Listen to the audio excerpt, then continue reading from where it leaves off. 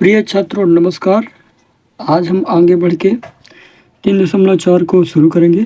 तो प्रश्न नंबर 1 बोल रहा है, निम्न के सार्वगुणनखंड ज्ञात कीजिए। तो सार्वगुणनखंड क्या है कि इसका भी पहले गुणनखंड निकाल लो और इसका गुणनखंड निकाल लो, फिर दोनों में क्या करोगे, उभयनिष्ठ देखोगे, है ना। तो इनके क्या है, सार्वगुणनखंड निकालना है, ज्ञात करना है। चलिए, तो नंबर 1 ले रहे हैं 20 और 28। तो इधर से लिख लेंगे हल।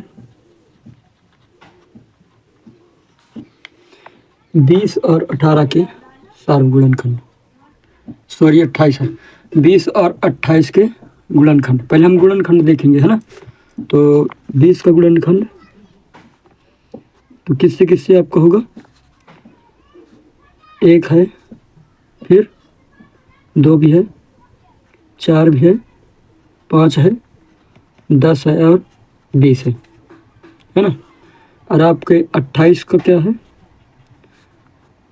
28 का है 1 तो होगा, 1 तो सभी का रहता है, इसका 2 भी होगा, फिर 3 7 21 नहीं हो रहा, 3 का, 4 7 28, 4 का हो जा रहा है, 5 का नहीं होगा, 6 30, 6 का भी नहीं हो रहा, और 7 का हो जा रहा है ना। फिर आपका है 14 और आपका स्वयं वह संख्या यानी कि 28। अब इनमें हम कॉमन देखेंगे। कॉमन मतलब कि क्या क्या चीज़, उभयनिष्ठ हिंदी में बोलते हैं जिसे, क्या क्या चीज़ मिल रहा है ना। तो कुछ इस प्रकार से, तो इधर पास हम क्या लिख लेंगे कि संख्या 20 और 28 के सार्वगुणनखंड गुणनखंड बराबर, तो क्या क्या उभयनिष्ठ निकल रहा है वही हम निकाल लेंगे। 1 भी आ रहा है, 2 भी आ रहा है, 4 भी आ रहा है, और कोई संख्या मैच हो रही है, नहीं हो रही।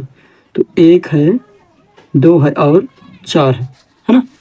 तो यही तो आपका आंसर है, यही क्या है आपका आंसर। तो नंबर अगले में क्या है, 15 और 25 था, 15 और, तो नंबर दूसरे में क्या है, 15 और 25। तो इसको हमें निकालना है। तो इधर पास लिखेंगे हल, लिखेंगे अपन 15 का गुणनखंड देखें, अगर आपको समझ में नहीं आ रहा कैसे, तो आप कुछ नहीं, कुछ इस प्रकार से भी कर सकते हैं। देखें, जब 1 का गुणा अगर 15 में करोगे तब भी 15 प्राप्त हो जा रहा है, क्योंकि गुणनखंड क्या है, मतलब पहाड़ी तो है कि 15 एकम 15 है ना। और क्या कर सकते हो, जब हम 3 का पहाड़ा 5 में पढ़ते हैं, 3 5 15, तो 15 को हम तोड़ के लिख रहे हैं 3 और 5 के रूप में, है ना।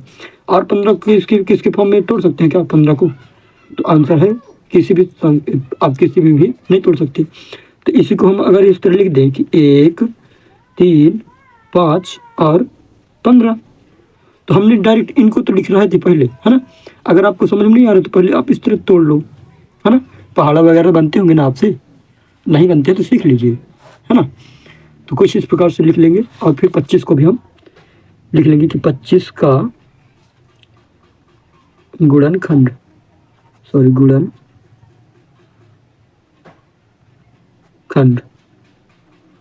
है ना, बराबर करके आप इसको भी कर सकते हो। देखो, जब 1 का गुणा 25 में करोगे तो जाहिर सी बात है कि किसी भी संख्या का गुणा अगर 1 से करोगे तो उतना ही प्राप्त होता है ना। तो 25 एकम 25, और क्या कर सकते हैं, अगर हम 5 गुणे 5 करते हैं तो 25 प्राप्त होता है ना। यानी कि 25 को कैसे तोड़ के लिख सकते हैं, 5 गुणे 5 के फॉर्म में। अब 25 को तोड़ के लिख सकते हैं क्या, तो आंसर है नहीं। तो इसको हम कुछ इस प्रकार से इसको भी लिख सकते हैं, 1 5 और 25। तो इनके क्या निकल गए, आपके गुणनखंड, क्या निकल गए, गुणनखंड।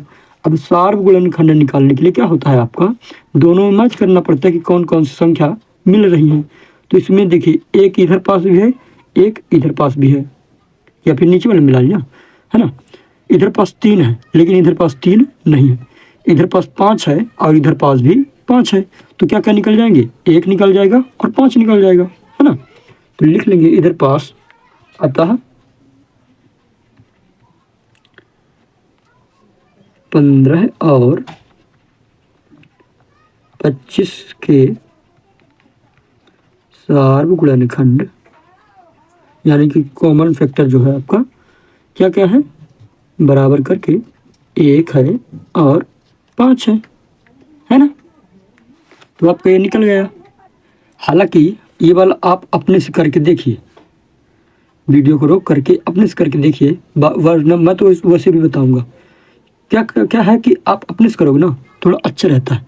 तो अगला वाला है, तो आप क्या करिए, ईमानदारी के साथ वीडियो को रोक लीजिए और इसको सॉल्व कर लीजिए अपने से। अब ना बने तो फिर देखिए वीडियो, कोई दिक्कत थोड़ी है। हाँ, तो चलिए अब इसको आगे देखते हैं। 35 और 50 है। नंबर तीसरा क्या है, 35 और 50। तो इनके क्या निकालना है, सार्वगुणन। तो लिख लेते हैं हल। 35 के अभाज्य गुणनखंड,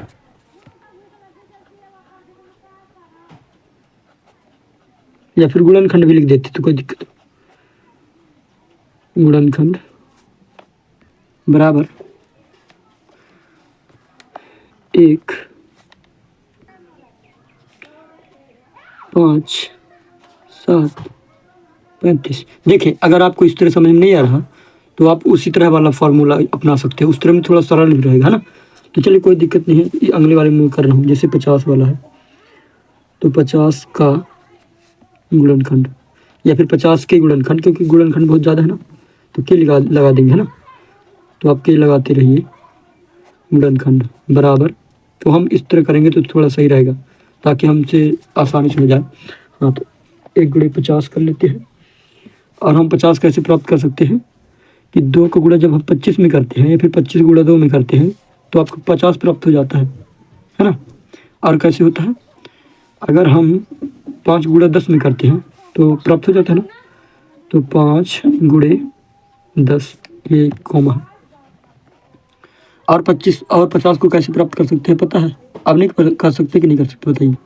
तो आंसर बस इतना ही है कि अब हम और 50 को तोड़कर नहीं लिख सकते, तो बराबर करके इधर पास क्या लिख लेंगे, 1 लिख लेंगे, 2 लिख लेंगे, 5 लिख लेंगे, 10 लिख लेंगे, 25 लिख लेंगे और आपका 50 लिख लेंगे, है ना। अब इनको क्या करेंगे, या फिर इधर पास लिख देते हैं अपन उभयनिष्ठ। चाहे तो हम देखो किसी आंसर को हम कितनी प्रकार से भी लिख सकते हैं ना। तो दोनों संख्याओं को उभयनिष्ठ, दोनों संख्याओं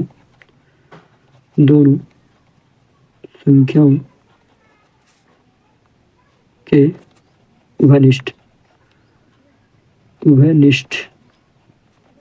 बराबर, या फिर बराबर यहाँ से भी कर सकते थे अपन, चाहे तो इस तरह भी लिख सकते हैं, कोई दिक्कत थोड़ी। तो क्या क्या मिल रहा है उसको देखिए, इधर भी 1 है, इधर भी 1 है। चलिए इधर पास 2 है लेकिन उधर पास 2 नहीं है, इधर पास 5 है, इधर पास भी 5 है। 7 है क्या, इधर पास 7 नहीं है। 35 है क्या, इधर पास कहीं 9, 35 भी 9 है। तो इसका मतलब क्या है कि अतः 1 और 5 है सार्वगुणनखंड। तो लिख देंगे नीचे, अतः 35 और 50 के सार्वगुणनखंड क्या कितना, 1 और 5 है। तो कुछ इस प्रकार से लिख देंगे कि अतः 35 और 50 के सार्वगुणनखंड 1, 5 है ना, 1 और 5। चलिए अगला वाला देखते हैं। तो अगली संख्या क्या है, 56 और 120 है। अगली संख्या क्या है, 56 और 120। तो अगली संख्या थी 56 और 120, है ना। तो लिख लेंगे हल। तो हम कुछ इस प्रकार से देखेंगे। तो देखें, अगर हम 1 का गुणा 56 में करते हैं तो प्राप्त हो जाता है 56, और अगर हम 2 का गुणा 28 में करते हैं, देखें अगर आपसे निकालते नहीं बनता तो आप इस तरह भी कर सकते हैं। देखें जैसे 56 है तो चूंकि सम संख्या है तो यानी कि 2 से पूरी कट जाएगी। तो हम इधर पास इस तरह अगर ज्ञात करना है हमें संख्या कैसे ज्ञात करें, तो इस तरह करके हम 2 से अगर गुणा करें, मतलब भाग दें, तो 2 दूनी 4 काटेंगे तो 1 आएगा, 16, क्योंकि इसको उतार लिए। अगर भाग आपसे नहीं बना तो भाग सीख लीजिए, है ना। अब 8 दूनी या फिर 2 अट्ठे 16, यानी पूरा पूरा कट गया ना। यानी कि 2 का गुणा अगर 28 में करेंगे तो आपको कितना प्राप्त हो जाएगा? 56 प्राप्त हो जाएगा। तो ये 28 हो गया। फिर देखते हैं क्या 4 से कटता है क्या, तो देखते हैं 4 से कटता है कि नहीं। 56, 4 एकम 4, घटाएंगे तो 1 आएगा और 6 उतारेंगे तो 4 दूनी 8, 4 तीन 4 चौको 16, यानी कि ये भी काट दे रहा है। इसका मतलब ये है कि अगर 14 गुणा हम 4 में करते हैं या फिर 4 को गुणा 14 में करते हैं तो कितना प्राप्त होगा? 56। ये देख ना, 14 14 14 28, 14 42, 14 चौको 56, है ना। तो अगर हम 4 गुणे 14 कर देते हैं तो आपको 56 पूरा पूरा प्राप्त हो जा रहा है। और देखते हैं किसी संख्या से प्राप्त होगा क्या, तो आंसर है अगर हम 7 का गुणा 8 में करते हैं तो आपका प्राप्त हो जा रहा है कितना? 56, क्योंकि 8 सत्ते 56 या फिर 7 अट्ठे 56। और क्या इससे किसी से प्राप्त होगा क्या? इसको तोड़ के लिख सकते हैं, तो आंसर है नहीं। तो चलिए 120 के मतलब अभी तो इसको बराबर करके लिख ले रहे हैं। 1 है आपका और 2 भी है, 4 भी है, 7 है, 8 है, फिर आपका सॉरी गुणा लगा दिया, सॉरी इधर पास कॉमा लगाना है और इधर पास लिख देना 14 और आपको लिख देना है 28 और आपका ये 56, 5 और 6 56, ये 56 लिख देना, ठीक है ना लास्ट में, कुछ इस प्रकार से। अब इनके तुलनखंड तोड़ के लिखते हैं। देखो 1 का गुणा अगर हम एक किसी भी संख्या का गुणा अगर उसी संख्या से करते हैं तो आपको उतना ही प्राप्त होगा, है ना। क्योंकि ये सम संख्या है तो 2 से भी पूरा पूरा चला जाएगा। अब देखते हैं 2 को गुणा अगर किससे करते हैं तो इसको निकालने के लिए आप सिंपली क्या कर सकते हैं, रफ में करेंगे। देखिए अगर आप 2-3 बार करेंगे ना तो आपको इस तरह करने की आवश्यकता ही नहीं पड़ेगी, आप खुद जान जाएंगे कौन कौन संख्या आती है ना। तो अगर नहीं पता हो तब के लिए यह है, तो कैसे करेंगे, तो ये 12 है, 2 छक्के 12, ये पूरा पूरा कट जा रहा है ना, कुछ नहीं बचा। इधर पास 0 आ गया ना तो इधर पास भी 0 लगा लेंगे, यानी कि हम 60 को गुणा 2 बार में करेंगे तो आपको 120 प्राप्त होगा। इधर पास लिख देंगे 60। यह संख्या 3 से भी पूरी पूरी कट जाती है, ठीक ना।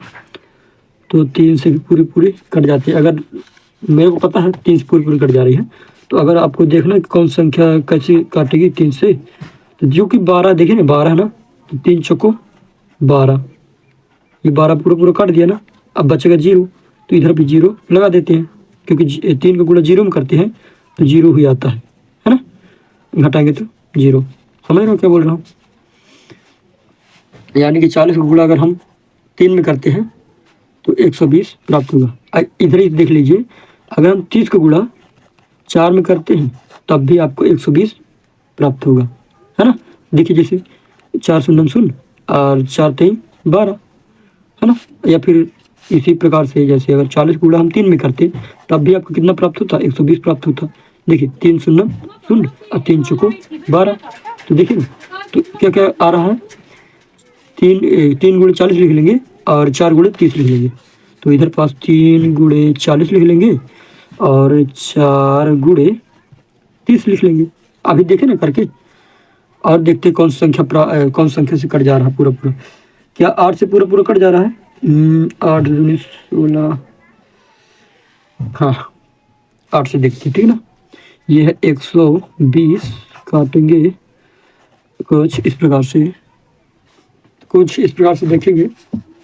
8 एकम 8, घटाएंगे तो क्या बचेगा? 4 बचेगा, क्योंकि 12 में से 8 चले गए 4, और अब तो जाएगा नहीं तो 0 उतार लेंगे और 8 पंचे 40, ये आ गया। अगर हम 8 को गुणा 15 में करते हैं तो 120 प्राप्त हो जाना है, क्योंकि 15 अट्ठे 120, जैसे कर सकते हैं 15 दूनी 30, 15 43, 15 चौको 60, 15 75, 15 छक्के 90, 15, है ना। तो इस तरह जब पहाड़ा पढ़ेंगे तो क्या 15 की जब पहाड़ा 8 बार पढ़ेंगे तो 120 प्राप्त होगा, क्योंकि पहाड़ा वाला आपसे बनने चाहिए। तो चलिए इसको भी लिख ले रहे हैं। 8 गुणे अगर हम 15 करते हैं तो आपको 120 प्राप्त होता है ना।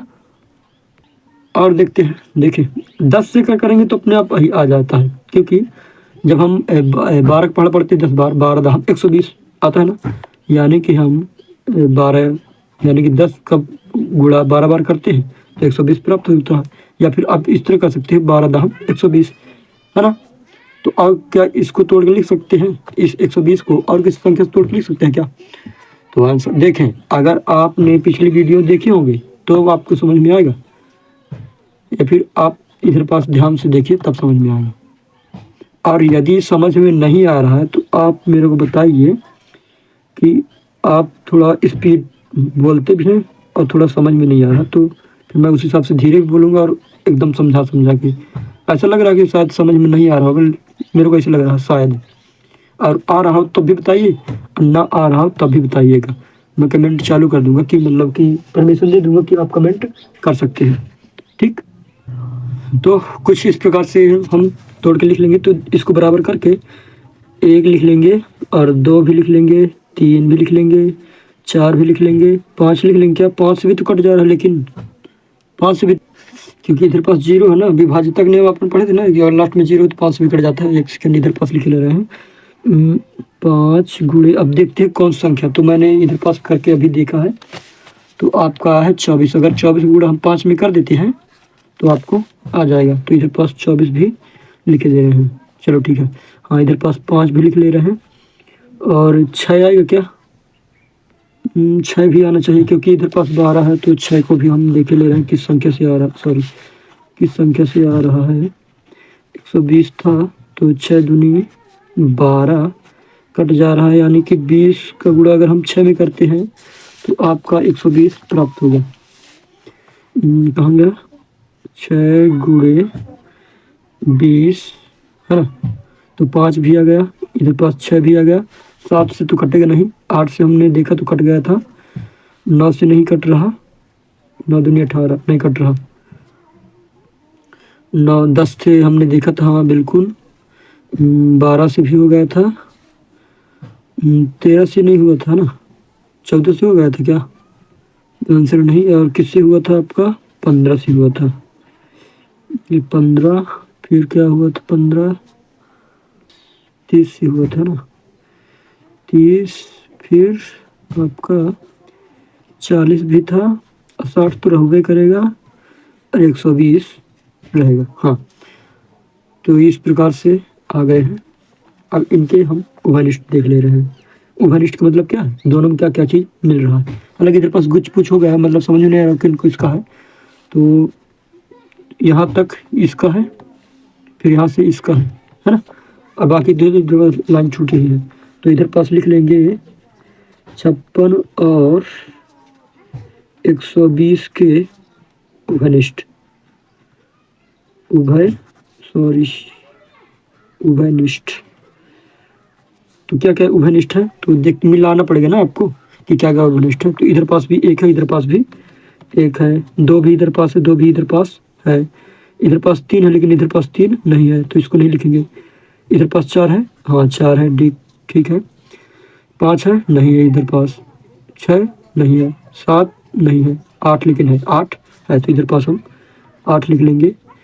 फिर इधर पास 10 है, तो इधर पास 10 नहीं है।